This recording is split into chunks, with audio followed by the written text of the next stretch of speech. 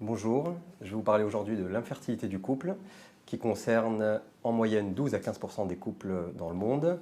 Cette prise en charge nécessite une prise en charge comme on appelle du couple, c'est-à-dire de l'homme et de la femme, qui nécessite d'abord un interrogatoire précis, remontant les antécédents, la durée de l'infertilité primaire ou secondaire du couple, c'est-à-dire est-ce qu'ils ont déjà des enfants ou pas, les problèmes sexuels du couple et tout ce qui va avec un interrogatoire précis. Donc ça, c'est la première chose à avoir. Après, on passe aux examens complémentaires qui consistent à avoir chez la femme un bilan échographique pour voir la réserve ovarienne de la femme, des dosages hormonaux, regarder la perméabilité des trompes et voir aussi s'il n'y a pas un problème utérin, là où il y aura l'implantation embryonnaire.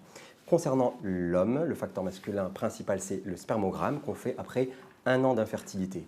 Une infertilité du couple, il faut le rappeler, chez les femmes de moins de 35 ans, c'est 12 ans de rapport sexuel régulier tous les 2-3 jours pendant la période ovulatoire, qui dure 12 jours, du 8e au 20e jour du cycle.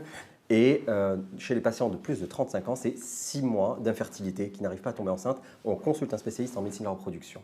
Donc les examens complémentaires, une fois que c'est fait, on pose un diagnostic. Est-ce que c'est une infertilité d'origine ovarienne, liée à une faiblesse ovarienne, une origine dysovulatoire, liée à des ovaires polykystiques, par exemple, avec des cycles irréguliers, ou un problème utérin lié à un polype utérin qu'on trouve à l'hystéroscopie diagnostique dans le cadre du bilan des examens complémentaires, un polype, une endométrite, une cloison utérine, un fibrome utérin. Tout ça, on peut l'explorer pendant les examens complémentaires échographiques ou par hystéroscopie diagnostique. Et l'autre facteur, c'est le facteur tubaire, une imperméabilité de la trompe ou autre. Une fois qu'on a établi le diagnostic de la fertilité, si c'est féminin, on doit passer au couple, à la personne, au mari.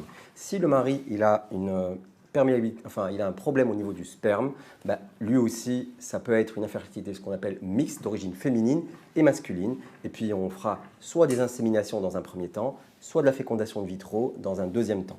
Donc la prise en charge, elle part d'une simple induction de l'ovulation, si la femme est là, ce qu'on appelle des cycles irréguliers, voire des stimulations en vue d'une insémination s'il y a une faiblesse spermatique, et en dernier lieu, la fécondation in vitro, c'est une infertilité de longue durée.